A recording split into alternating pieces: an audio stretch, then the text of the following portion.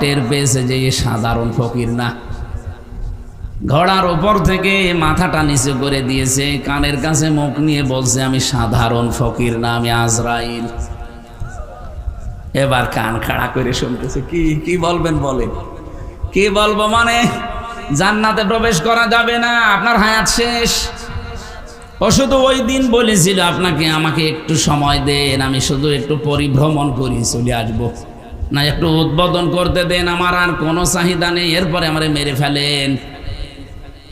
আমি তার জীবনী পড়িতে গেছি, আজরাইল এই পৃথিবীতে 2 বার কন্দন করেছিল মানুষের জান কবজ করতে গিয়ে। একবার এই সাদ্দাদের মাকে যখন জান কবজ করে সাগরের ভেতরে তখন, আর 2 নাম্বার এই যে জান্নাত উদ্বোধন হবে। এত কিছু করার পরে যখন তার জান কবজ করবে এই সময় আজরাইল পর্যন্ত কেঁদেছিল। কি আশা নিয়ে বলেন তো তৈরি করেছিল? 22টা বছর একাধারে শ্রম দিয়েছে, 20,000 শ্রমিক দিয়ে, যা ছিল আয়ত্তে সোনা রূপা সব লাগিয়েছে, তো সফল হতে পারল না। জান্নাতের চৌকাঠ স্পর্শ করার আগেই মাটিতে পড়ে গেছে।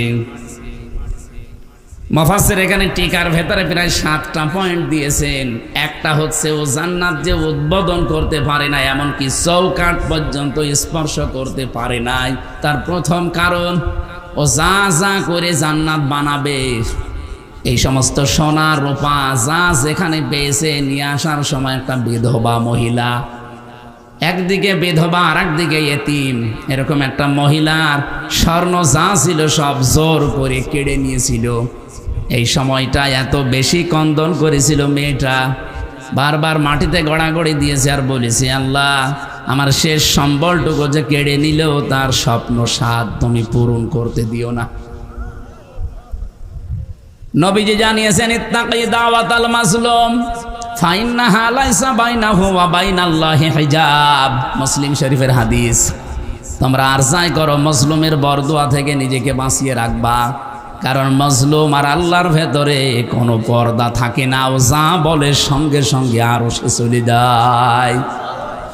ওই মেয়েটা ওই দিন যা বলেছিল সঙ্গে সঙ্গে আল্লাহ আরো সে বসিয়ে দিয়েছেন, যে ওই জালেমের স্বপ্ন সাধ যেন পূরণ না হয়। যে আমার শেষ সম্বলটুকু রাখতে দিল না, এমনিতে আমার মা বাবা নেই, আমার স্বামীও মারা গেছে, এইটাই আমার সম্বল, এইটাও কেড়ে নিল। আমি 7টা বলার জন্য না, একটা বললাম, আপনি মিলা। ওর এত বড় স্বপ্নে এত বড় আকাঙ্ক্ষার জিনিস শুধু একটা বিধবা, একটা অসহায় এতিম মেয়ের বরদোয়া লেগেছিল, চোখের পানি লেগেছিল, এই জন্যে আল্লাহ তাকে ওটা স্পর্শ পর্যন্ত করতে দেয়নি, উদ্বোধন তো দূরের কথা। 15.5 বছরে যারা জুলুম করেছেন, আপনি নিজের দিকে তাকিয়ে বলেন, আপনার এই চেয়ারের সাথে কত কিছু লেগেছিল, কত মাহারা সন্তানের আর্তনাদ, কত স্বামী হারা সন্তানের কম্পনের আর্তনাদ লেগেছিল, কত এতিম মাসুম বাচ্চাদের আর্তনাদ, কান্না, দীর্ঘশ্বাস, এগুলো লেগেছিল না? বলেন বলেন। আমার নিজের মেয়েটা তো লেগেছিল, আমার ছোট মেয়েটা। এই ফারিহা জান্নাত 7 মাস ওকে রেখে গিয়েছিলাম, 3 বছর ওরে আমি দেখতে পারি নাই।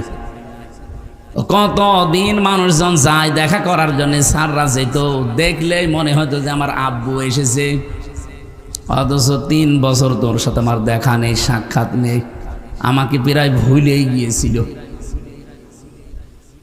আমি যখন বের হয়ে আসলাম তখন ওর বয়স প্রায় 4 বছর। বাড়িতে এসে দেখি নিচতলায় কিছু মানুষ আছে, আমি প্রবেশ করলাম, আমারে বলছে, হুজুর আমাদের বাড়ি চলেন। তার মানে আমি যে ওর বাপ ও আর জানেই না। কতদিন চাতক পাখির মতো চেয়েছিল আমারে ফারিহা, বলেন তো? 1-2 দিন না, 3টা বছর। এমনকি একটা ছবি আপনারা দেখেছিলেন, পিজন ভ্যানের ওই ছোট ছোট ফাঁকা জায়গা দিয়ে ও ঝুলিয়েছিল, এটা দেখেননি কোনোদিন?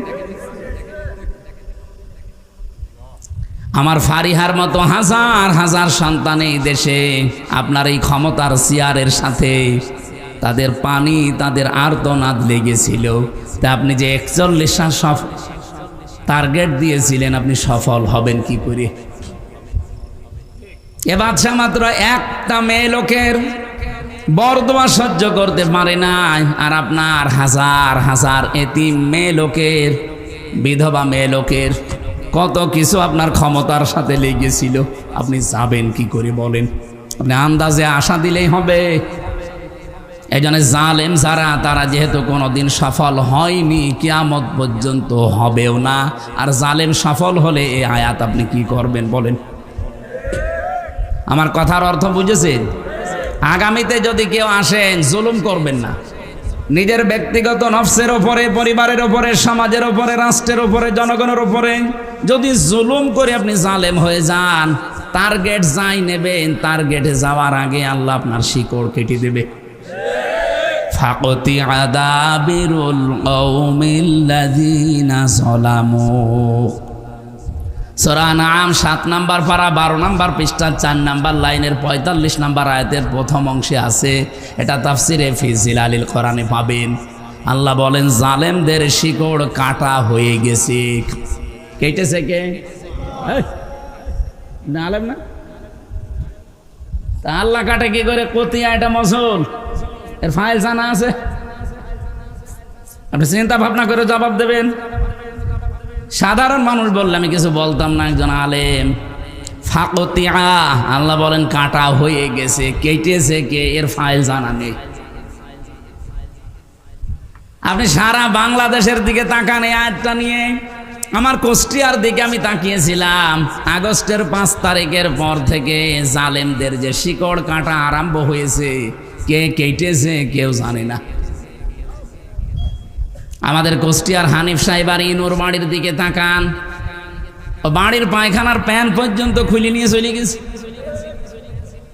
আরেকটু হালকা বাতলা যাই ছিল এই ফেব্রুয়ারির ৫ তারিখে আজাবুল বুলডোজার নাজিল হয়ে ওইটাও শেষ। এখন বলেন তো এটা ভাঙলো কে? কে বলেন? কেউ জানে না। কেউ জানে না কে ভেঙেছে। না, আল্লাহ মানে জালেমদের বাড়ি ঘর কে শেষ করে দিয়েছে কেউ জানে না। এখন আপনি ৩২ নাম্বার কে ভেঙেছে? একটা লোক দেখান। আল্লাহ বলছে জালেমদের বাড়ি ঘর ভাঙা হয়ে গেছে, কে ভেঙেছে কেউ জানে না। ইন্না ফি যালিকা লাআয়াতাল লিকাউমিন ইয়ালামুন। এটা সূরা নমলের ভেতরে আছে ১৯ নাম্বার পারার ২০ নাম্বার পৃষ্ঠার ৭ নাম্বার লাইনের ৫২ নাম্বার আয়াতের শেষের দিকে আছে। এটাও ইবনে কাসির, এটা ফি জিলালিল কোরআনে আছে। ব্যাখ্যাগুলো আমি লম্বা করে বলতে পারছি না, কারণ আমার আলোচনার উদ্দেশ্য আর একটা। ছোট টাচ দিলাম। আল্লাহ এখানে ইন্না দিয়েছেন, এরপরে লামে তাকিদ দিয়েছেন। তার মানে ২ বার গ্যারান্টি দিয়ে খেলা ছোড়ার জন্য দেয়নি, ইয়ার কি করার জন্য না, গুরুত্ব আছে। আল্লাহ বলতে চায় ফাতিলকা বুয়ুতুহুম খাবিয়াতাম বিমা যালামু। এই সেই বাড়ি ঘরগুলো, আপনি একটু তাকান না কেন? এই সেই বাড়ি ঘরগুলো খাবিয়াতা, আনার জনশূন্য হয়ে গেছে, পরিত্যক্ত হয়ে পড়ে আছে।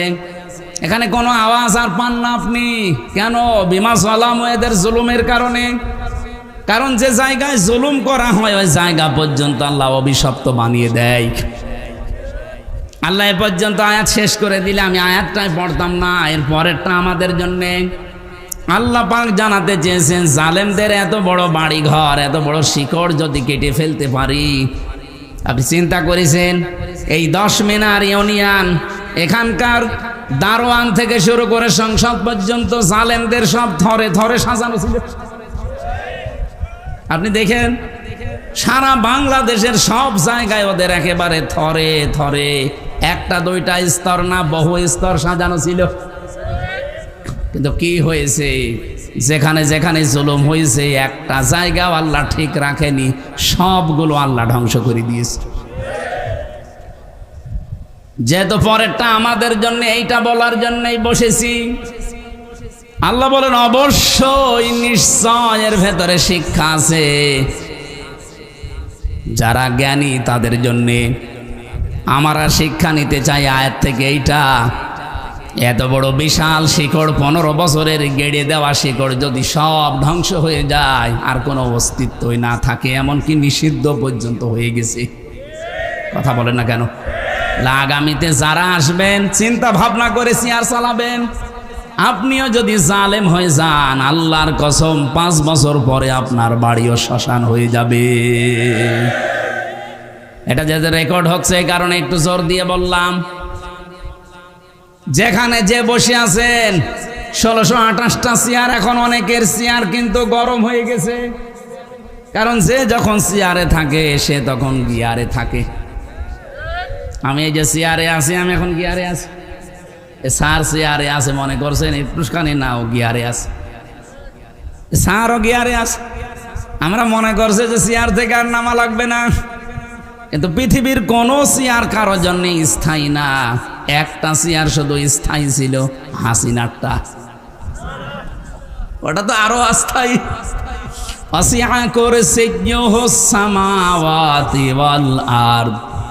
আল্লাহ পাক বলেন আসমান জমিন পরিব্যাপ্ত একটা চেয়ার আছে, ও চেয়ার কার? ওই চেয়ারের কোনো পরিবর্তন নেই। তাছাড়া দুনিয়ার কোনো চেয়ার স্থায়ী না। এই জন্যে শিক্ষা নেওয়া লাগবে, চেয়ারে বসলে যেন কেউ লাফ না দেয়। অনেকে চেয়ার পেয়ে এখন কিন্তু সুর পাল্টিয়ে ফেলেছে। এক কথা বলছেন এখন। আপনি আগস্টের 5 তারিখের আগের বক্তব্যগুলো দেখেন মাহফুজ আলমের, আর এখনকার বক্তব্যগুলো দেখেন, চেয়ার পেয়েই পাল্টিয়ে গেছে। এই জন্য চেয়ারে থাকলেই গিয়ারে থাকা যাবে না। চেয়ার মানে যে চেয়ার, এই চেয়ার, এই চেয়ার, এই চেয়ারের কোনো ভ্যালু আছে? তারপরও তো আমরা যারা বসলাম, এই যে রুহুল আমিন সাহেব ছিলেন বসা, ওনার কানে কানে চেয়ার বলেছিল রুহুল আমিন বেশিক্ষণ না, মাত্র ঘন্টা খানিক। আমারেও বলে দিয়েছে মাত্র 1-1.5 ঘন্টা। এরপরে তাহাজ্জুদের নামাজ শুরু হবে।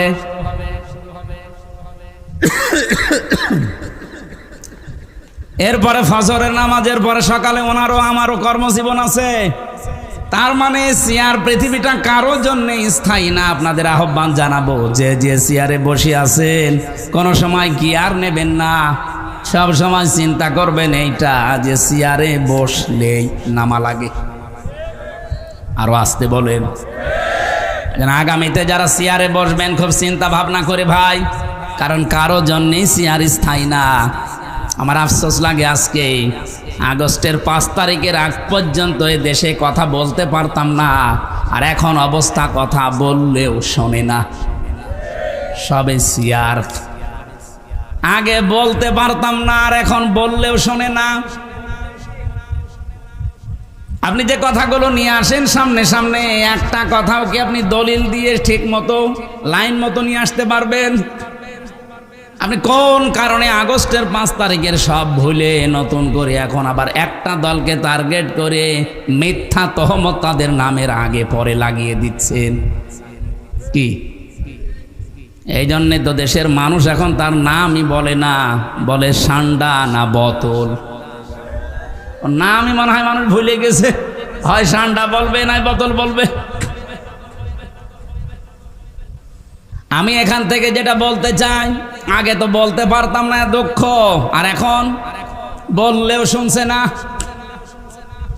এই জন্য যারা দায়িত্বে আছেন, চেয়ার যেহেতু কারো জন্য দুনিয়াতে স্থায়ী না, আপনি চিন্তা ভাবনা করে বসবেন, চেয়ারে চালাবেন চেয়ারটা। জালেমরা আজ পর্যন্ত সফল দুনিয়ায় হয়নি, কিয়ামত পর্যন্ত হবে না, এই গ্যারান্টি কার? আরো জোরে বলেন। আপনি কথা উঠলে শুধু 71 টেনে নিয়ে আসেন। এই প্রজন্ম আর 71-এর কথা শুনতে চায় না, এখন শুনতে চায় 24-এর কথা। আপনি আমাকে 71 বলে জীবনও ভোলাতে পারবেন না, কারণ আমার বয়সই এখন 33। 54 বছরের কাহিনী আপনি কেন বলেন? আপনি 24-এর কাহিনী বলতে পারেন না? কথা বলেন না কেন? আপনি 24-এর কাহিনী শোনান, আমি আর উদ্বুদ্ধ হব। এই যে জুন মাসের 10 তারিখ, আর কয়দিন আছে মাত্র। জুলাই সনদপত্র ঘোষণা হবে, আপনি টের পেয়েছেন কিছু? জুলাই সনদপত্র যদি ঘোষণা হয়ে যায়, তাহলে যে সংবিধান আছে ওটা এমনি বাতিল হয়ে যাবে। জুলাইয়ের চেতনা দিয়ে দেশ চলবে। যে রাষ্ট্রপতি আছে, সংবিধান যদি না থাকে এমনি বাতিল হয়ে যাবে। আর সংবিধান বাতিল হয়ে গেলে রাষ্ট্রপতি শেষ, নতুন রাষ্ট্রপতি বসানো হবে জুলাইয়ের ঘোষণাপত্র দিয়ে।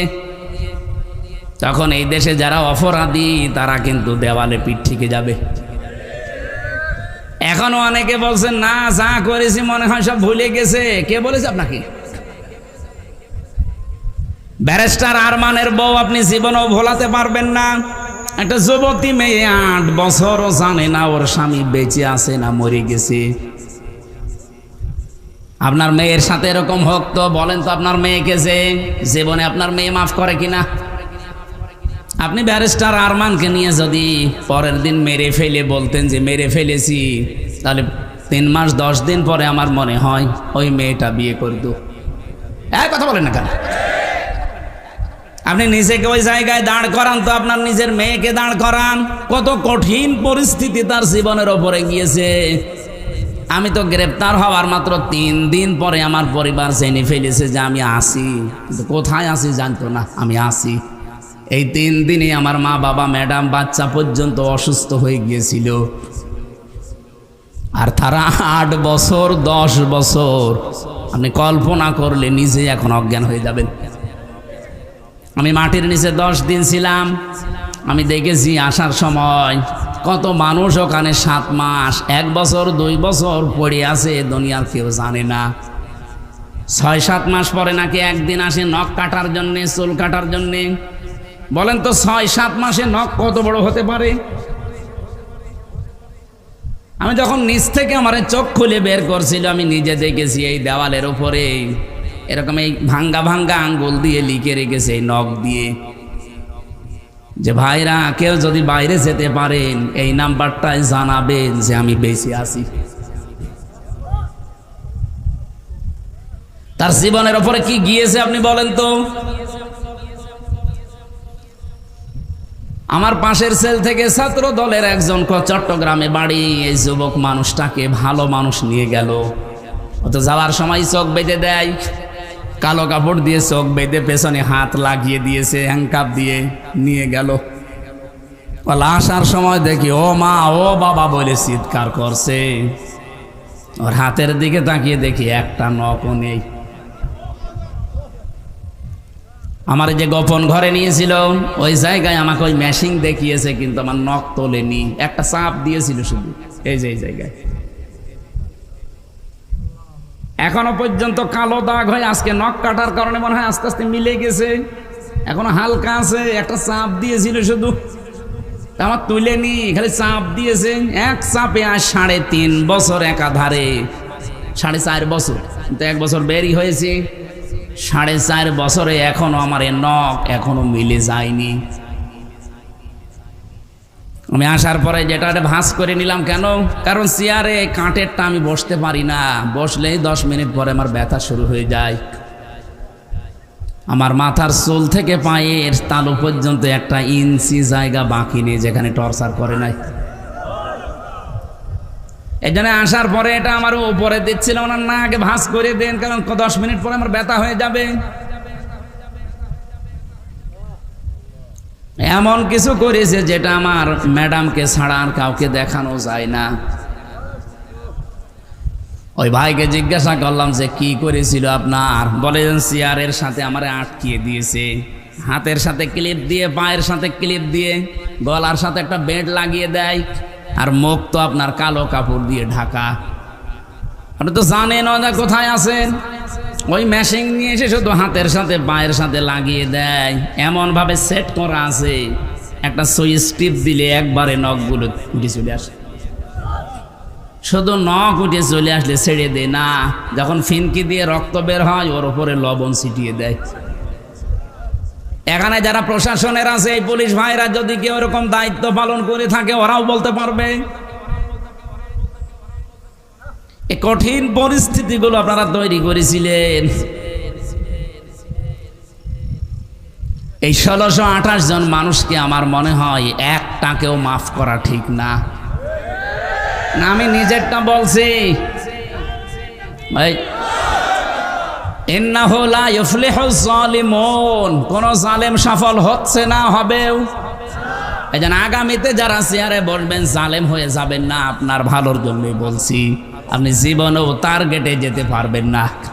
অনেকে অনেকের হাওয়া খেয়ে এখন আবার জুলুম করার জন্য বিভিন্ন রকমের কথাবার্তা বলছে। এদের কথা শুনেই বোঝা যাচ্ছে যে সিআর পেলেই জুলুম করবে। কথা বলুন। কেউ কেউ বলেছে আগে তো কোরআনের অনুষ্ঠান করতে হলে অনুমতি নেওয়া লাগতো, আমরা যদি যেতে পারি অনুমতি দেব না। তা আপনি এ কথা আগেই বলে ফেললেন, অন্তত ক্ষমতা যাওয়ার পরে বলতে পারতেন না? দেশের মানুষ তো সব বুঝে ফেলেছে যে আপনি কি। কথা বলেন না কেন? এই জন্য যে 28 বার ষড়যন্ত্র সফল হয়নি, 350 বারও সফল হবে না। এই জন্য সে আশা বেঁধে রেখেছেন, অনেকে বুক বেঁধে রেখেছে আশা, এই আশায় গুড়ে বালি বাদ দেন। জীবনেও জালেমদের কোনো উদ্দেশ্য আল্লাহ সফল করবে না, তাহলে কোরআন শরীফ সমস্যা হয়ে যাবে। এই জন্য যারা অবৈধ সুখ পেয়েছিলেন একটা, অশান্তি পাবেন কয়টা? বলেন বলেন। এই যে যারা পরকীয়া প্রেম করে সুখ পায় না, ও এই এলাকায় মনে হয় নেই, আছে মানে কি? এই যে লবণাক্ত এলাকা, যারা অবৈধ প্রেমে আছেন, পরকীয়া প্রেমে আছেন, আপনারা কিন্তু সুখ শান্তি পান, আমি জানি। আপনি এই সুখটা পান, শান্তি পান, এটা কি বৈধ সুখ? আরো জোরে বলেন। এই একটা অবৈধ সুখ যারা পাচ্ছেন, বলেন আপনার বরাতে কয়টা অশান্তি লেগে আছে? এই জন্য এই মুহূর্তে আপনাকে তওবা করা লাগবে। এরকম যারা লাইনে আছেন, এই মুহূর্তে ওই নাম্বারগুলো ডিলিট করে দিন। কারা কারা রাজি আছেন হাত তোলেন তো। হ্যাঁ মুরব্বী, কার সাথে লাইন আছে আপনার? আপনি হাত তুললে হবে? নাও যাবেন। এই না, আপনারা কোন দিকে আছেন ভাই? এর মুরব্বী মানুষ, এক পা কবরে এক পা উপরে, আর ও যদি লাইন করে না। আমরা অবৈধ সুখ পেতে চাই না, সুখ শান্তি যদি পাই বৈধ পন্থায় পাবো। কথা বলেন না কেন? কথা বলেন। যেন আগামীতে যারা যেতে যাচ্ছেন, অনেকে আবার অবৈধ সুখ ভোগ করার ধান্দায় আছেন। না, আমরা হতে দেব না। এই দেশে যদি কেউ সুখ শান্তি পেতে চায়, বৈধভাবে তাকে সুখ শান্তি পাওয়া লাগবে। আবার রাতের ভোট দিনে করে চলে যাবেন মানে ওটা তো আবার অবৈধ। কি কথা বলেন না কেন? অনেকে এরকম চোরাগলি খুঁজতেছে, বলে কিচ্ছু চাই না। কি চান? নির্বাচন চাই। নির্বাচন আপনি কার ওপর ভরসা করে দেবেন? এখনো সংস্কার হয়েছে? ওই সেই 1628 জন মানুষ ওরাই আছে। শুধু এ পটুয়াখালীরটা গেছে কুষ্টিয়ায়, কুষ্টিয়ারটা কুমিল্লায়। এই মাল তো সব একই আছে। আমরা চাই এই 1628টা চেয়ারে একজনও থাকবে না, সবগুলো পাল্টান, নতুন মানুষ দেন। নির্বাচন 10 বছর না কালকেই দিয়ে দেন, কোনো অসুবিধা নেই। কিন্তু এই লোকগুলোর আন্ডারে যদি দেন, এরাই তারা যারা এই 3 বার নির্বাচন করেছে। আপনি কিছুই চান না, বলে কি খাবেন? কিচ্ছু খাবো না। কি খাবেন? নির্বাচন খাবো। খালি নির্বাচন নির্বাচন করে, জিনিসপত্র সময় দেওয়া লাগবে না তাদেরকে। পরিষ্কার পরিচ্ছন্ন যেহেতু চলছে, আর সংস্কারের জন্য এই মানুষগুলো জীবন দিয়ে গেল। একটা দুইটা 2732 জন মানুষ জীবন দিয়েছে, যে তাদের জীবনের মূল্য নেই। এই জন্যে কেউ কথা যদি আগামীতে বলতে চান, আমি স্পষ্ট ভাষায় বলছি, 47, 52, 71 ওই কথা আর টেনে আনবেন না। আমরা পেছনে যেতে চাই না। আপনি 24 টেনে নিয়ে আসেন, যার সাথে আমাদের সম্পর্ক বেশি। কথা বলেন। খালি কথা বললেই টেনে নিয়ে আসে 71, 52, 47। ওই সময় আমার বাবাও হয়নি, আমি তো হইনি। আমি আপনাকে কথা বলতে হলে আমাকে 24-এর কথা বলেন, যে 24-এর চেতনা এই ছিল। বৈষম্য দূর করার জন্য যেহেতু 24-এর ছাত্র ছাত্রীরা জীবন দিয়েছে, আগামীতে কেউ যেন বৈষম্য করতে না পারে সেই পরিবেশ তৈরি করে তারপরে নির্বাচন। এর আগে দিলে আমরা জানি আবার ওই দিনের ভোট এরাই আবার রাতে করে ফেলবে। আর দিনের ভোট রাতে হলে যারা আসবে, এরা কি বৈধ সুখ পাবে না অবৈধ? আরো জোরে বলেন। আর অবৈধ সুখ ভোগ করবেন মানে? আপনি আমার ভাই না? আপনিও মুসলিম মানুষ, আমিও মুসলিম। আপনাকে আমি অবৈধ সুখ ভোগ করতে দেব না। আমার কথার অর্থ যদি না বুঝে থাকেন, বাড়ি চলে যান। যান। আমি জানি আপনি বুঝে ফেলেছেন। বুঝেছে? আলহামদুলিল্লাহ।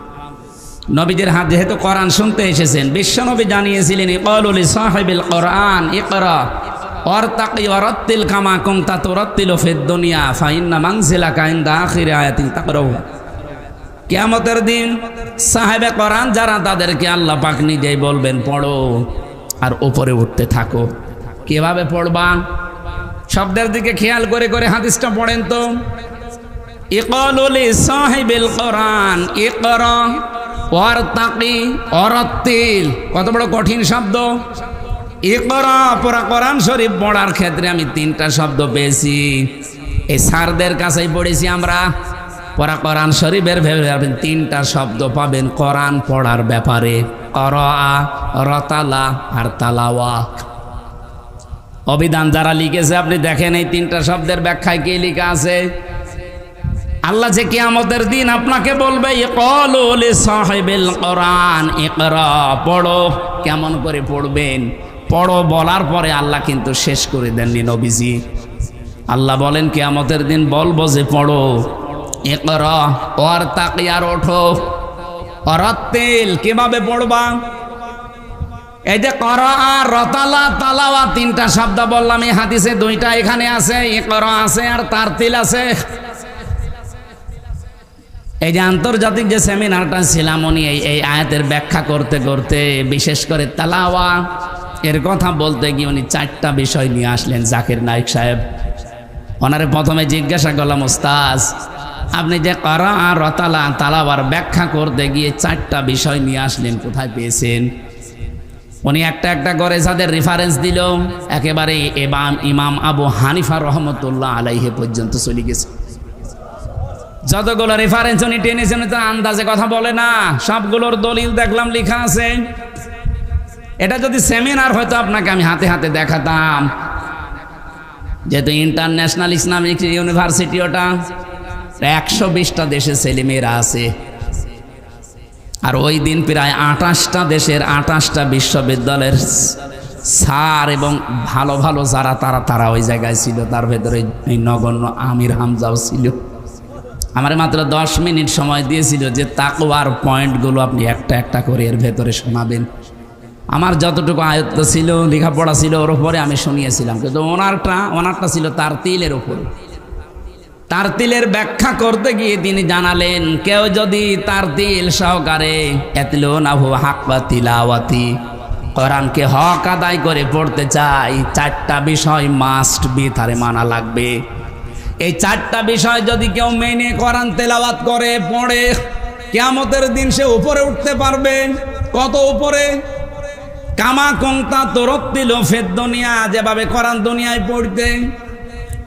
ফাইন্না মানসিলাকা ইনদা আখিরি আয়াতিন তাকরাউহা, নবীজি বলেন পড়তে পড়তে যেখানে পড়া শেষ হয়ে যাবে ওই জায়গায় তোমার স্থান হবে। উনি এই পড়ার ব্যাখ্যা দিতে গিয়ে তার তিলের ব্যাখ্যায় বললেন যে 4টা বিষয় যারা দুনিয়ায় মানতে পারে তাদের কোরআন পড়া হয়। উলাইকা ইউমিনুনা বি, আর এরাই কোরআনে বিশ্বাসী। ওমাই ইয়াকফুর বিহি, যারা এই 4টা বিষয় মানে না, ফাউলাইকা হুমুল খাসিরুন, তাদের পড়াও হয় না, তারা ক্ষতিগ্রস্ত। এবার আসেন তো আমরা একটা একটা করে দেখি আমাদের পড়া হয় কিনা। প্রথম নাম্বারে আপনাকে যদি পড়তে হয় কোনো বিষয়, ওটা শুদ্ধ করে পড়া লাগবে। কথা বুঝতেছেন? আরাত্তিলিল কোরআনা তারতিলা, এই আয়াত দিয়ে তিনি দলিল দিলেন। তাহলে কোনো বিষয় পড়তে হলে শুদ্ধ করে পড়ার নাম তারতিল। 2 নাম্বারে শুধু পড়লে হবে না, ওটা বুঝতে হবে। কি কথা বলছেন? ওয়ালাকাদ ইয়াসসারনাল কোরআনা লিযিকরি ফাহাল মিন মুদ্দাকির, আয়াত দিয়ে তিনি দলিল দিচ্ছিলেন। এখানে এই আয়াতটা 4 বার কোরআনে 1 সূরায় আছে। আর এই আয়াতগুলো বলার আগে আগে আল্লাহ এক একটা গোত্রের এক একটা নবীর কাহিনী তুলে ধরেছেন।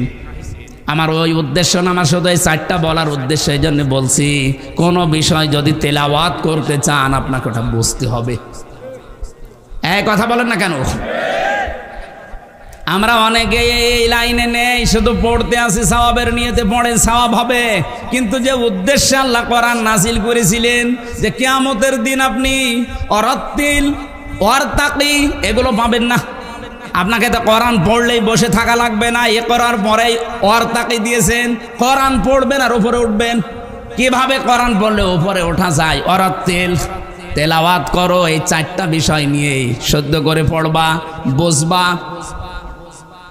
আমাদের এখনো পর্যন্ত আমাদের এই যে তন্তরে তালা লাগানো খুলতে চায় না, এত কিছু বলার পরে, লজ্জা দেওয়ার পরেও খুলতে চায় না। আমি বিশ্ববিদ্যালয়ে যখন ফার্স্ট ইয়ারে ছিলাম 10 সালে, ওই সময় আমি একটা ছাত্র পড়াতাম, খুব বেশি হলো 6-7 বছর বয়স হবে তার। একটা কবিতার সামনে এসেছে, ওরে বললাম, বলো আমাদের ছোট নদী চলে বাঁকে বাঁকে। আমারে বলছে, স্যার দাঁড়ান, কি? সে যে আমাদের ময়াকার দয়কার র, আমাদের লিখতে যে 4টা অক্ষর লাগে, 4টা লাগবে কেন? 3টা হলে হবে না কেন? ও ছাতা তো আমিই জানি না। তা আমি ওরে কি জবাব দেব বলেন?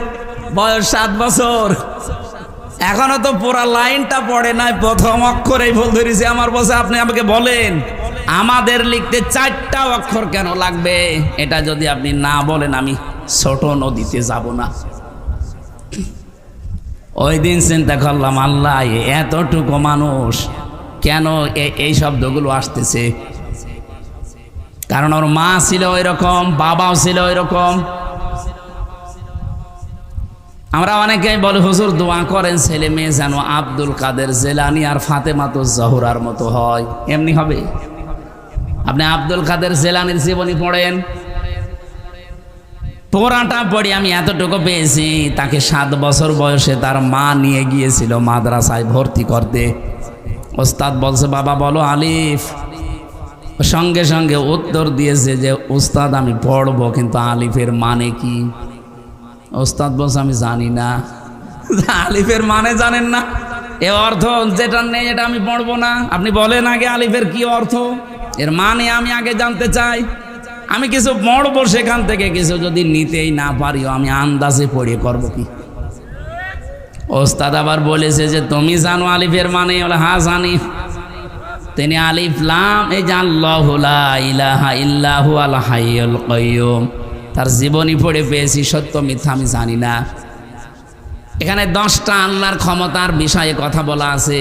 তিনি আল্লাহর বড়ত্বের কথাগুলো তুলে ধরলেন। ওস্তাদ কাঁদতে কাঁদতে বেহুশ হয়ে গেছে। হোশ ফেরার পরে মাকে ডাক দিয়ে বলছে, আম্মা আপনার এই ছেলেকে অন্য জায়গায় পড়িয়েছিলেন, এখন নিয়ে এসেছেন আমার কাছে পরীক্ষা করার জন্যে। বলছে, না এই প্রথম নিয়ে আসলাম।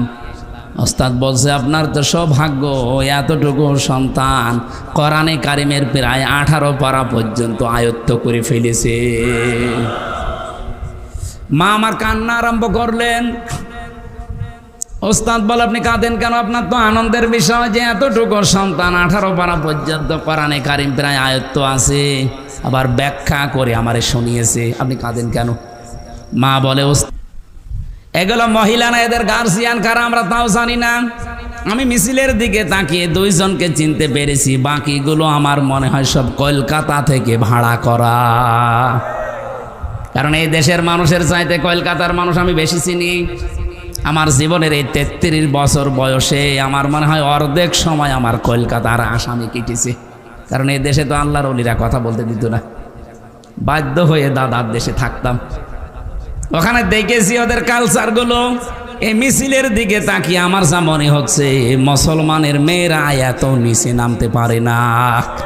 এগুলো সব ভাড়া করা মহিলা। কমিশন যাদেরকে দিয়ে বানিয়েছিল যে 10 জন মহিলা, ওগুলোকে মহিলা বললে গোনা হবে, ওগুলো হিজড়া। কারণ আমি 318 পৃষ্ঠা পুরাটা পড়ে দেখেছি, যা রিপোর্ট দিয়েছিল ওখানে কোরআনে কারিমের 10টা আয়াতের বিরুদ্ধে ডাইরেক্ট লেখা আছে।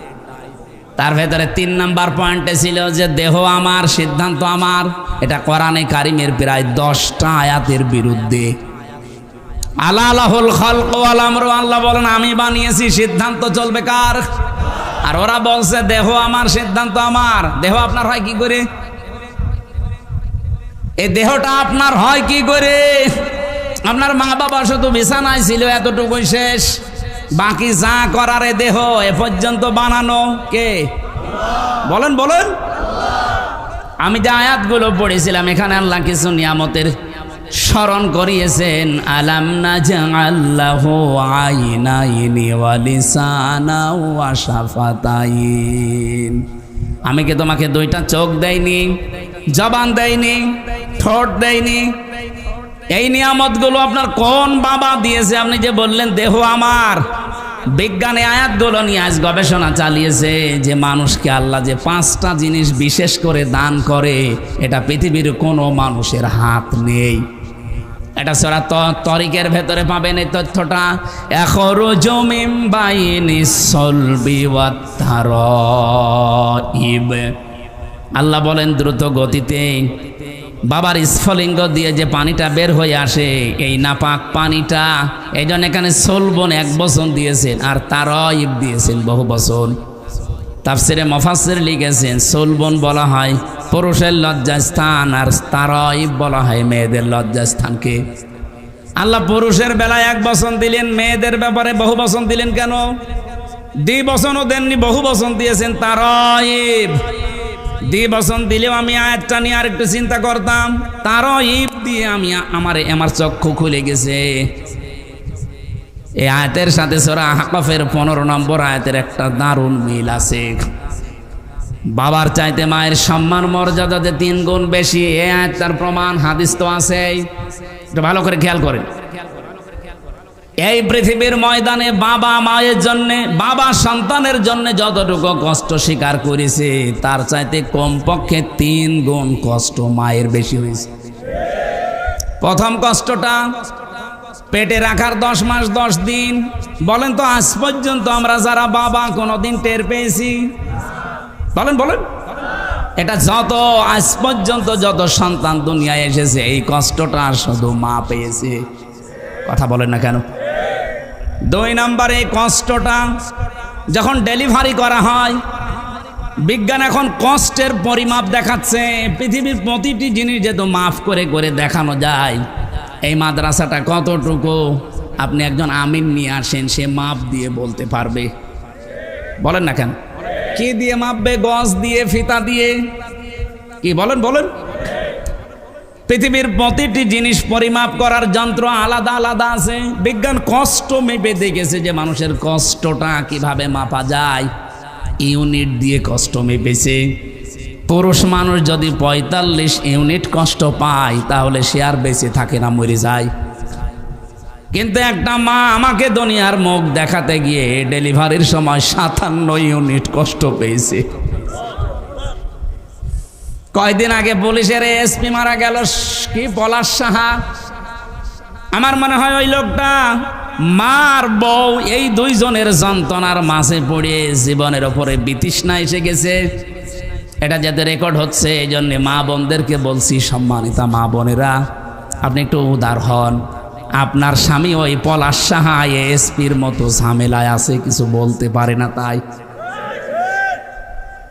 আমরা এখানে হাজারো স্বামী যারা বসে আছি ঠিক ওই পলাশ সাহার মতো আছি, কিন্তু আমরা মরছি না। তাই কথা বলছেন?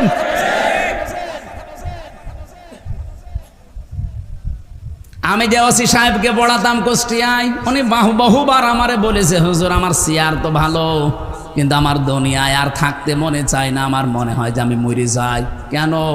যতবার জিজ্ঞাসা করেছি, হয় নিজের মায়ের নাম আর বোর নাম, এই 2 জনের নাম বলতো। তাহলে কি হয়েছে তাদের ভেতরে? অথচ মা যদি একটু ছাড় দেয় যে সন্তান তো আমার, তার সুখের জন্য বৌমাকে আমি একটু ছাড় দিলাম, ওই বৌমা যদি একটু ছাড় দিয়ে চলে যে আমার স্বামী 25-30 বছর পর্যন্ত তার পেছনে এই মহিলায় শ্রম দিয়েছে, এখন আমি নাই পেয়েছি, একে সেই বীর্য থেকে শুরু করে হামজা বানিয়েছে ওর মা আর বাবা। অন্তত আমার মা বাবা হলেও তো আমি স্বীকার করতাম, তাদের জন্য এই কষ্টটা আমি একটু স্বীকার করি। কোনো পরিবারের স্বামী মানসিক রোগী হয়ে যেত না, কিন্তু হাজারো স্বামী আজ আমরা মানসিক রোগী এখানে নেই। কথা বলছেন না কেন? না, আমি মা বোনদেরকে বলবো শুধু নামাজ পড়া, রোজা রাখা, কালো বোরকা পরাই, পর্দা মানে ইবাদত না। স্বামীর মনে দুঃখ দেওয়া যাবে না। আপনি একটু ব্রড মাইন্ডের হবেন। ন্যারো মাইন্ডের হওয়ার কারণে আজ পরিবারে অশান্তির শেষ নেই। আর এগুলো টিপস দেয় ওই মেয়েটার মা আর ওর বড় বোন। ঠিক মানে এই লোকটা মনে হয় ঝামেলায় আছে।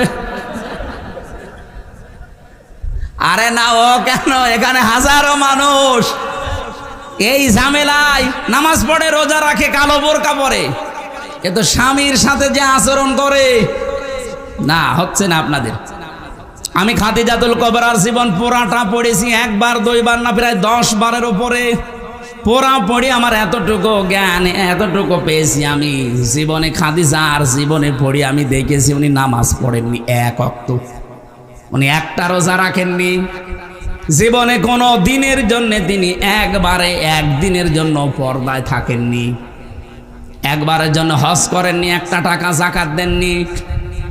পটুয়াখালীর মা বোনেরা বলেন নামাজ পড়েন, একবারও জীবনে রোজা রাখেন না, একদিনও পর্দা থাকেন নাই, হজ নেই, যাকাত নেই, অথচ আল্লাহ নিজে তাকে জীবিত অবস্থায় সালাম দিয়েছে এবং জান্নাতে ঘর বানিয়ে তার জন্য পাঠিয়েছে।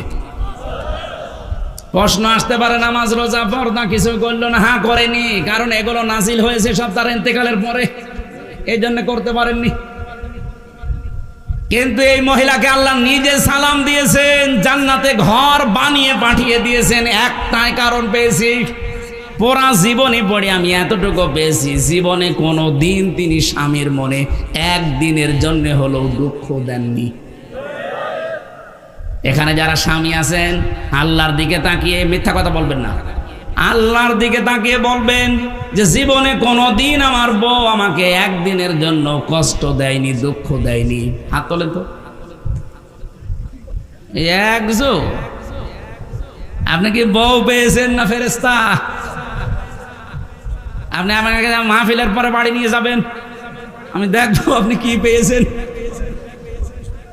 না, আমি হাসির খোরাকি দেয়নি। এই যে প্রধান বক্তা হাত তুলতে পারিনি, আমিও পারলাম না, মিথ্যা কথা বলবো কেন, স্যারও পারিনি। পুলিশ মনে করলাম পুলিশ একটা হাত তুলবে, পুলিশ আরো যন্ত্রণায় আছে, একটা পুলিশও হাত তুলল না। না, সম্মানিত মা বোনেরা, আওয়াজ কানে যাচ্ছে, শুধু নামাজ পড়া, রোজা রাখা, কালো বোরকা পরা হবে না। খাদিজাতুল কুবরার সাথে জান্নাতে যেতে হলে জীবনে কোনো দিন স্বামীর মনে অন্তত জায়েজ কোনো কারণে দুঃখ দেওয়া যাবে না। এরকম বউ আমরা চাই না। কারা চান হাত তোলেন তো। এখন যদি ওরা বলে হুজুর ওয়াজটা উল্টিয়ে করেন, যে জীবনে কোনোদিন বউর মনে দুঃখ দেয়নি এরকম স্বামী আমি চাই, আছে? না, নেই। প্রতিদিন 10টা করে দুঃখ দিচ্ছে। মেয়েদের এই কষ্টের কারণে, এই যে 57 ইউনিট কষ্ট সহ্য করা লাগে, এই কারণে নবীজি তাদের দ্বিতীয় ধাপের মর্যাদা বাড়িয়েছে। 3 নাম্বারটা, 3 নাম্বার কোনটা? দুধ খাওয়ানো। এই যে দুধ খাওয়ানো, এই বিষয়টা কিন্তু মায়ের না, দুধ খাওয়ানোর দায়িত্ব কার? বাবার। তো বাবার কি জিনিসপত্র আছে? খাওয়াবেন কি দিয়ে? কোরআনে কারিমে সূরা বাকারা 2 নাম্বার পারা 17 নাম্বার পৃষ্ঠা 1ম নাম্বার লাইনের 233 নাম্বার আয়াতের মাঝের অংশে এটা আছে, ওয়াল ওয়ালিদাতু ইউরদি'না আওলাদাহুন্না হাওলাইনি কামিলাইনি লিমান আরাদা আইয়ুতিম্মার রাদা। এই যে শব্দটা কিন্তু মুযাক্কার, লিমান আরাদা আইয়ুতিম্মার রাদা, এই শব্দটা মুয়ান্নাস আল্লাহ দেয়নি, মুযাক্কার দিয়েছেন। 2 বছর কমপক্ষে দুধ খাওয়ানোর দায়িত্ব বাবার, পালন করছে কে? বলেন বলেন। আমার মনে হয় ওয়াজ আমার এখানে করা ঠিক হচ্ছে না, কারণ রেকর্ড তো ম্যাডাম যদি শুনে বলে তোমার মেয়ের বয়সে ছোটটা এখন 8 মাস, এ দায়িত্ব যেহেতু আমার না, এই মেয়ের দুধ খাওয়াতে আমার 5 লাখ টাকা দেওয়া লাগবে।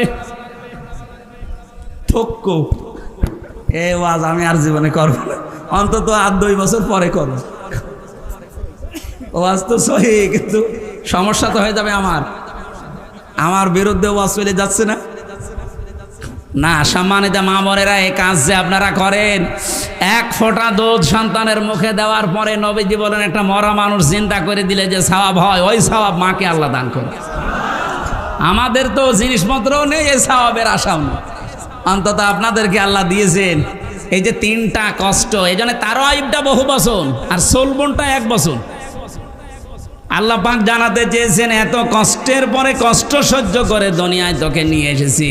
লাকাদ খালাকনাল ইনসানা ফি কাবাদ।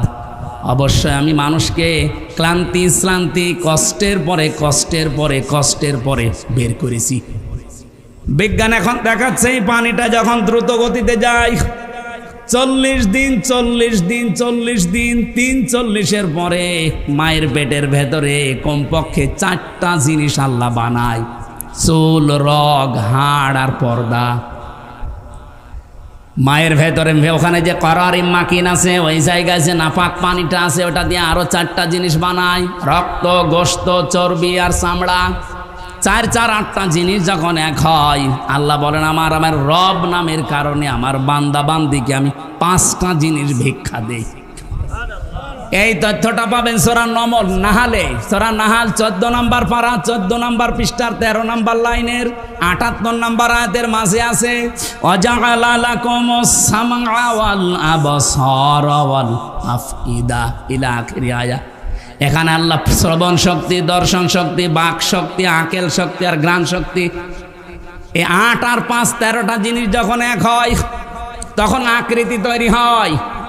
আল্লাহ পাকের ফেরেশতা জিজ্ঞাসা করে এর কেমন ভাবে বানাবো, এর কি ছেলের রূপ দেব না মেয়ের রূপ দেব?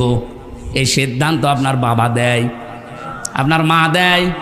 ওয়াল্লাযী ইউসাউবিরুকুম ফিল আরহামি কাইফা ইয়াশা, তিনি সে আল্লাহ যিনি মায়ের রেহেমের ভেতরে আকৃতি তার মন মতো তৈরি করেন। 8 5 13টা জিনিস যখন এক হয়ে যায়, কেউ 7 মাসে, কমপক্ষে 6 মাস হওয়াই লাগবে। 6 মাসের আগে দুনিয়ায় আসতে পারবে না কোনো মানুষ। 6 মাসের আগে যদি কোনো সন্তান দুনিয়ায় আসে, আপনি বুঝতে পারবেন ওটা আসল সন্তান না, ওটা যার সন্তান। এই কথা বলেন না কেন? কারণ 6 মাসের আগে দুনিয়ায় আসা সম্ভব না, কমপক্ষে 6 মাস পার হওয়া লাগবে। 6 মাস, 7 মাস, 8 মাস, 9 মাস, 10 মাস, সর্বোচ্চ 10 মাস 10 দিন। আল্লাহু আখরাজাকুম মিন বুতুনি উম্মাহাতিকুম লা তা'লামুনা শাইআ, এমন ভাবে আস্তে করে বের করে নিয়ে আসলাম যখন তুমি কিছুই জানতে না। সুতরাং আপনি কেন বলেন যে দেহ আমার, সিদ্ধান্ত আমার? এদেশের মুসলমানেরা এই রিপোর্ট, এই যে সংস্কারের যে রিপোর্ট দিয়েছে, এই রিপোর্ট মানা দূরের কথা, কমিশনই মানে না। এই কথা বলেন না কেন? কারণ এগুলো কোরআনের সাথে আমি নিজে মিলিয়েছি। আমার এই ছোট্ট মাথায় 10টা কোরআনের আয়াতের বিরুদ্ধে চলে গেছে, আর হাদিসের বিরুদ্ধে তো হাজারও গেছে। ওদের আজকের মিছিল দেখে আমার মনে হচ্ছে মানুষগুলো এই দেশের না, সব ওদেরকে ভাড়া করে নিয়ে এসেছে এই দেশের মানুষ আগামীতে যারও সন্তান জন্ম দেওয়ার জন্যে,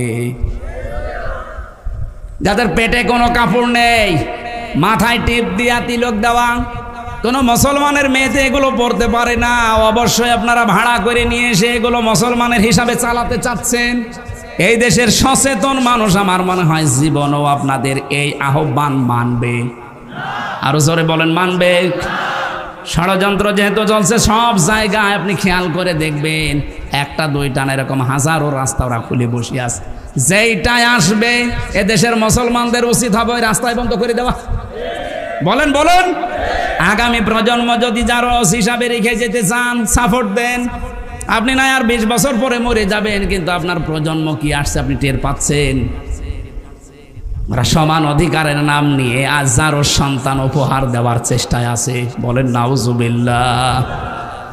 আমার ভাইয়ের, আমি যে কথা বলতে চাচ্ছিলাম, আপনাকে কোরআন বুঝতে হবে। তাহলে মায়ের পেটে আল্লাহ এমনিতে আব্দুল কাদের জেলানি পাঠাননি, এমন একটা পেট ছিল যে মায়ের পেটের জীবনী পড়েন আব্দুল কাদের জেলানির মায়ের জীবনী।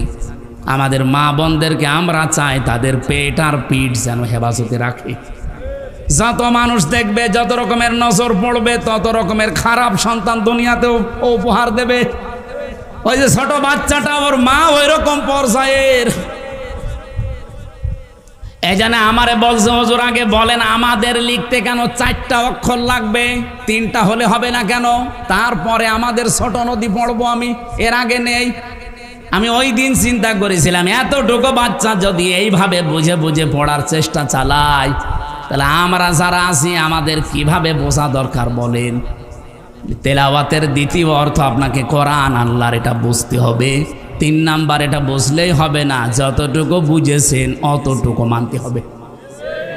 আল্লাহ রাব্বুল আলামিন বলেন ওয়া হাদাইনাহুন নাজদাইন, আমি দুইটা পথ তাদের সামনে উন্মুক্ত করে দিয়েছি, পথ দুইটা দেখিয়েছি, একটা ভালো একটা মন্দ পথ।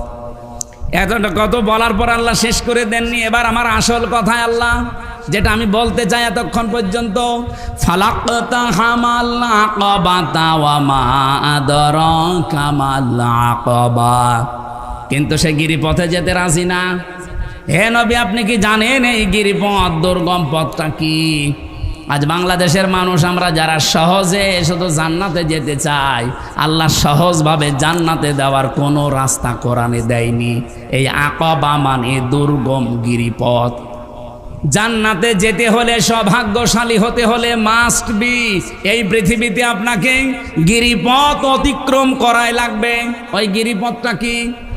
এই যে রাত্তিলিল কোরআন, এই শব্দের ব্যাখ্যা এখান থেকে একটা আমি মিলিয়েছি। শুধুমাত্র কোরআন নিজে শুদ্ধ করে পড়লে হবে না, হক আদায় বুঝতে হবে, ওটা নিজে মানতে হবে। আর মানার জন্য এই আয়াতের ভেতরে অন্তত 5টা জিনিস আছে। এই 5টা জিনিসও আমরা যদি মানতে পারি, আল্লাহর কসম আমরা সৌভাগ্যশালী হব। 4 নাম্বারটা আগে বলি। যেহেতু হক আদায় করে পড়ার শর্ত বলেছিলাম, কয়টা জানো? 4টা। বলেন বলেন, আরো জোরে বলেন। এই দলিলটা সূরা বাকারা 121 নম্বর আয়াতে আছে, আল্লাযীনা আতাইনাহুমুল কিতাবা ইয়াতলুনাহু হাক্কা তিলাওয়াতি। এই শব্দের ব্যাখ্যায় পাবেন তেলাওয়াত হক আদায় করে করতে হলে ওটা আপনাকে আগে শুদ্ধ করে পড়া লাগবে, 2 নম্বরে বোঝা লাগবে, 3 নম্বরে নিজে মানা লাগবে, 4 নম্বরে যারা আপনার আয়ত্তে আছে এই মানুষগুলো যেন মানতে পারে সেই ব্যবস্থা করে দেওয়া লাগবে। আর এইটার জন্য আজ আলেমরা আমরা আপনাদের কাছে কালার। আপনি ভালো করে বসেন, আমি যতদিন কোরআন পড়ি শুদ্ধ করে, এই দেশে কেউ আমার শত্রু নেই। যতদিন আপনি বুঝি, কেউ আমাকে শত্রুতা করবে না। যতদিন আমি ব্যক্তিগত পারিবারিক জীবনে মানব, কেউ আমার শত্রু নেই। কিন্তু যখনই আমি বলবো যে না, এটা আমি মানুষকে মানাতে চাই, ওই পরিবেশ তৈরি করে দিতে চাই, তখনই মানুষ বলবে এটা রাজনীতি। হ্যাঁ, কথা বলে না কেন? আল্লামা দেলাওয়ার হোসাইন সাইদি রহমতুল্লাহ আলাইহি যতদিন কোরআন পড়েছিলেন শুদ্ধ করে, কেউ শত্রুতা করতো না। কি বলেন? যতদিন তিনি বুঝেছিলেন, কেউ তাকে শত্রুতা করতো না। যতদিন তিনি নিজে মেনেছিলেন, আর মানা তো বেশি যায় না, খুব বেশি হলেও ব্যক্তিগত আর পারিবারিক জীবনে মানা যায়। কোরআন যদি কায়েম না থাকে, তাহলে আপনি পুরা জীবনে কোরআন মানতে পারেন না, শুধু হয় ব্যক্তিগত নয় পারিবারিক, এই শেষ। এই জন্য মান করাল কোরআন ফাস্তাজহারাহু, যে ব্যক্তি কোরআন পড়ে আর কোরআনকে এজহার করার চেষ্টা করে, এজহার মানে কায়েম করা, এজহার মানে বিজয় করা, এজহার মানে দাঁড় করানো। কোরআন পড়লেই হবে না, কোরআনকে বিজয় করার জন্য যারা চেষ্টা চালাবে, তারা হালালকে হালাল আর হারামকে হারাম মেনে ছেড়ে দিতে পারবে। এই জন্য হাদিসের পরের শব্দ হচ্ছে ফাহাল্লা হালালাহু ও হাররামা হারামাহু, এর মাঝখানে ফাটা আছে। আমি আলেমদেরকে বলছি, জিজ্ঞাসা করেন তো, ফা 19টা অর্থে আসে। বালাগাত মান থেকে আমি নিজে পড়েছি। আমার ছাত্র বয়সে আমি বিশেষ করে মিজান মনসা এবার বালাগাত মানতে ঠোঁটস্থ করে ফেলেছিলাম। এ কোন অক্ষর কতটা শব্দে ব্যবহার হয়, এটা আমার খুব বেশি আয়ত্ত আছে। আগে বর্ণিত কোনো শব্দ যদি আপনি মেনে নিতে না পারেন, পরের শাস্তি আপনার জন্য মাস্ট বি হবে। এই জন্য মাঝখানে ফা দেওয়া হয়।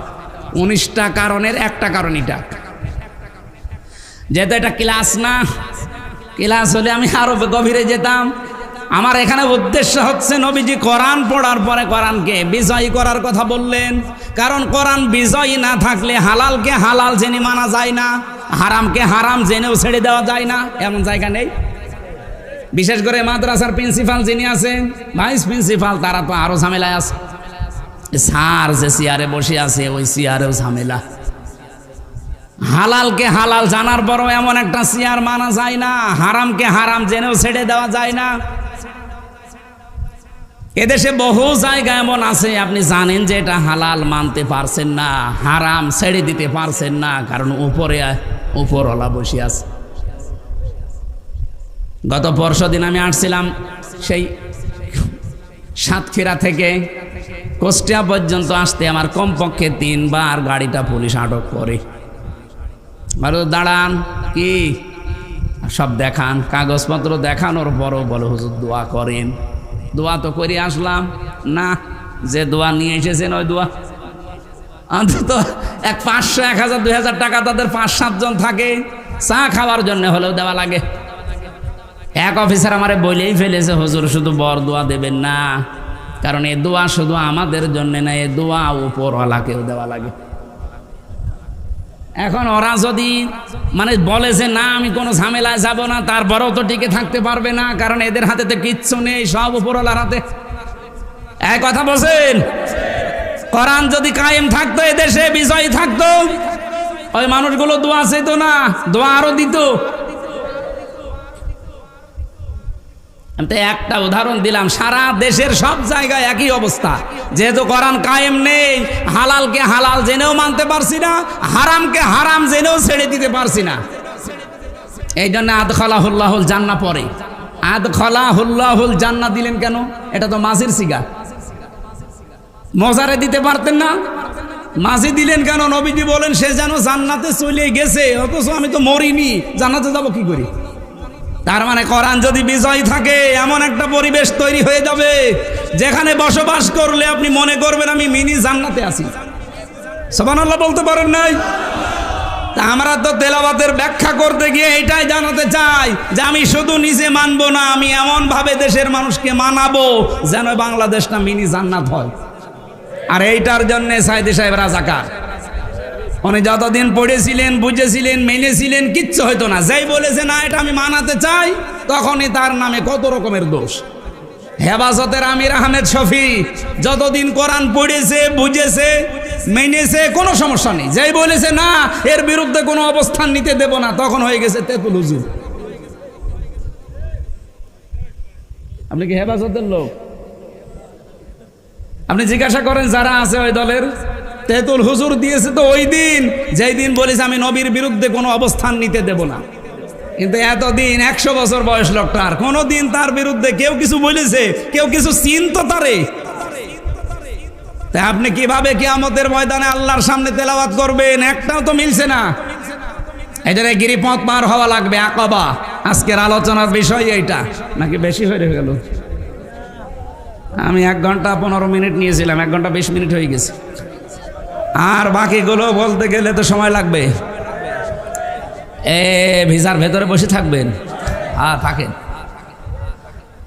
এখানে আরো গুরুত্বপূর্ণ লোক আছে, এনাদের এতক্ষণ বসিয়ে রাখা ঠিক হবে স্যার? চালাবো। ফাক্ক রকবা, কেউ যদি সত্যিই গিরিপথ বাড়ি দিতে চায়, তার জীবনে এই কাজটা হাতে নেওয়া লাগবে। কর্মসূচি এটা যে আমরা দাসত্ব মুক্ত করতে চাই। যদিও এখানে ফাক্ক রকবা দিয়ে ওই জামানায় দাস মুক্তির কথা আছে, আধুনিক তাফসীরগুলো দেখবেন ফাক্ক রকবা মানে মানুষ হয়ে মানুষের দাসত্ব থেকে মুক্ত করার জন্য যারা কাজ করে তারা সৌভাগ্যশালী, তারা সফল।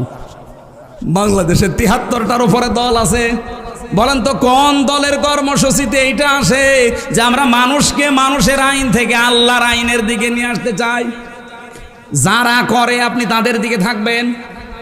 এরপরও যদি কেউ না বোঝার ভান করে থাকেন, আমার কিচ্ছু করার নেই। এখন আপনারে আর কোরআন শরীফ, বুখারী শরীফ হবে না, বাকারি শরীফ লাগবে। ফাক্ক রকবা কারা করছে দেখেন, মানুষের দাসত্ব থেকে মুক্ত করার জন্য যারা চেষ্টা চালাচ্ছে তারা সফল। বলেন যারা মানুষের দুর্ভিক্ষের সময় এগিয়ে যায়। আগস্টের 5 তারিখের পরে কত রকমের দুর্ভিক্ষ দেশে দেখা দিল বলেন, বিশেষ করে ফেনীতে, এরপরে কুড়িগ্রামে। এই মানুষগুলোর পেছনে কারা দাঁড়িয়েছে? এই দুর্ভিক্ষের সময়, অভাবের সময় কারা তাদের সামনে দাঁড়িয়েছে? এই বাংলাদেশে সেই দলের কর্মসূচিতে এটা আসে, তারা সফল। এতিমাংদা মাকরবা 3 নম্বরে করিব থেকে এসেছে এটা। যারা নিকট আত্মীয় স্বজনের খোঁজ খবর রাখে, এদের কাছে যায়, এদের অভাব অনটন দেখে। আও মিসকিনাংদা মাতরবা তুরব থেকে এটা, যারা ধলিমলিন অসহায় খেটে খাওয়া মানুষ, এদের কাছে যারা যায়, এদের খোঁজ খবর নেয়, এদের মুখে হাসি ফোটানোর জন্য চেষ্টা চালায়। বাংলাদেশ জামাত ইসলামী একটা কর্মসূচি এই 8-10 দিন হাতে নিয়েছে। মানুষকে মোড়ে মোড়ে পানি, স্যালাইন আর জুস দিতেছে। আমি তো আমার কুষ্টিয়ায় পেয়েছি, আমার মেহেরপুরে পেয়েছি। সারা বাংলাদেশে এই কর্মসূচি হাতে নেওয়ার কথা, যেখানে তাপদাহ চলছে। যেহেতু 42 চুয়াডাঙ্গা, মেহেরপুর, কুষ্টিয়াতে 42-45, 49 ডিগ্রি হয়ে গিয়েছিল। এই খেটে খাওয়া মানুষগুলো ধলি মলিন যারা, এদের কাছে কারা এগিয়েছে? কই, কত টাকাওয়ালা মানুষ কেউ তো যায় না। অথচ আমি দেখেছি একামতে দিনের দায়িত্বে যারা আছে তারা ছুটে গেছে। নিজেদের সংসার চলে না, তারপরও তারা 10 টাকার স্যালাইন, 20 টাকার পানি নিয়ে বলছেন নিন। তা আপনি তো এই কর্মসূচি হাতে নিতে পারেননি। এই কর্মসূচিরা কোরআন থেকে হাতে নিয়েছে, তারা আগামীতে সফল। এই কথা বলেন না কেন? সুম্মা কানা মিনাল্লাযীনা আমানু, এদের আরো কিছু গুণ আছে, তারা ঈমান আনবে। ওয়াতাওয়াসাউ বিস-সাবরি, তারা ধৈর্যের উপদেশ দেবে। আর যেটা চলছে আমার মনে হয় এখন ধৈর্য ছাড়া উপায় নেই। এখন এই দেশে ইসলামপন্থীদের সাথে কিছু মানুষ তৈরি হচ্ছে, তারা পায়ে পাড়া দিয়ে ঝগড়া করতে চায়, গন্ডগোল লাগাতে চায়। পাপ নাই, কোরআন শরীফে আগুন দিয়েছে যারা। আমি রাজবাড়িতে বলেছিলাম যে যারা আগুন দিয়েছে ওরা হচ্ছে দুর্বৃত্ত। কিন্তু একদল তারা নিজেদের গায়ে মেখে আমার নামে সংবাদ সম্মেলন করেছে যে আমির হামজা আমাদের নাম নিয়ে। আমি আপনার নাম বলেছিলাম, আমি বলেছিলাম দুর্বৃত্তরা কোরআনে আগুন দিয়েছে। কোরআনে দেয়নি, ওরা কপালে আগুন দিয়েছে। ওরা যদি তাওবা না করে, হঠকারিতা করে, ওরা জাহান্নামে যাবে। আমি লিখে দেব, নিয়ে আসেন। কারণ আল কোরআন হুজ্জাতুল লাকা ওয়া আলাইকা, আমি তো দলিল দিয়ে বলেছি। কিন্তু ওখানকার যিনি এই হাবিব সাহেব, উনি বলছে যে জামাত ইসলাম যারা করে, শিবির যারা করে, তাদের মসজিদে আজান দেওয়া, এমামতি করা আজকে থেকে হারাম। হারাম মানে এলাকার জিনিস কি আপনার এলাকা কি আপনার বাবার? এই দেশের মানুষ যারা একামতে দিন করে, এরা যদি নামাজ বন্ধ করে দেয়, আজান বন্ধ করে দেয়, আপনার কে দেবে কি আজান? আপনি দিতে পারবেন? যে কয়টা ফতোয়াবাজি করছে, এই যে কিশোরগঞ্জের ফজু পাগলা, ছাত্রলীগ থেকে আসা। পাবনার এইটা হাবিব, ছাত্রলীগ থেকে আসা। আর চাপায় নবাবগঞ্জের স্বামী স্ত্রী 2 জন চাপাবাজ। আমি এই 4 জনকে মন থেকে ঘৃণা করি। বিএনপিকে আমি ভালোবাসি, কিন্তু এই 4 জনকে বিএনপির নাম নিয়ে এরা ক্যান্সার হয়ে বিএনপিতে ঢুকেছে। আমরা চাই যারা দায়িত্বে আছেন এই ক্যান্সারগুলোকে কেটে বাদ দিয়ে দেন, নয়তো আপনাদের আরো বড় ক্ষতি হয়ে যাবে। আপনারা একটা মাসলুম দল, আমরাও মাসলুম। কথা বলেন না কেন? আশা করছি আমার ইঙ্গিত বুঝেছেন। এই জন্য ধৈর্য ধরা লাগবে। এখন উচ্চবিষ করা যাবে না, উচ্চবাচ্য না। এখন খুব কঠিন সময় চলছে। ধৈর্য ধারণ করে সামনের পরিস্থিতি মোকাবেলা করা লাগবে। ওয়াতাওয়াসাউ বিল মারহামা, একে অন্যকে রহমের উপদেশ দেবে। এই 5টা গুণ ব্যাখ্যা করতে পারলে আরো ভালো হতো। আমি এত রাত পর্যন্ত কথা বলতে চাচ্ছি না, অনেক সময় হয়ে গেছে। উলাইকা সাহাবুল মাইমানা, এই মানুষগুলোই পৃথিবীতে সৌভাগ্যশালী।